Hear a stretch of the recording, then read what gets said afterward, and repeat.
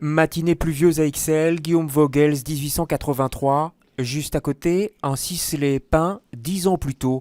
Un Belge et un Britannique côte à côte au cœur du nouveau musée fin de siècle. Preuve que Bruxelles à l'époque était un carrefour artistique, bien loin devant Paris et Londres. La Belgique est un jeune État, il est riche.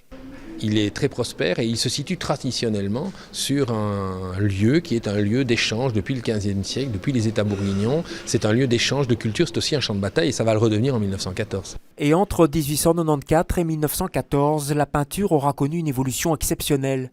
De Constantin Meunier et ses travailleurs au génie visionnaire d'un Léon Spiliart, c'est tout le visage intime de nos sociétés qui a changé. Le monde a changé et l'individu est en crise, dans une crise qui est notre situation actuelle où la génération florissante est devenue une génération qui doute, une génération qui cherche des issues, qui ne croit plus en Dieu, qui cherche d'autres vérités et d'autres réalités. Loin d'être exhaustif, ce musée fin de siècle a le mérite d'offrir une belle vue d'ensemble sur la production artistique de ces années et de placer les artistes belges au cœur de la scène internationale.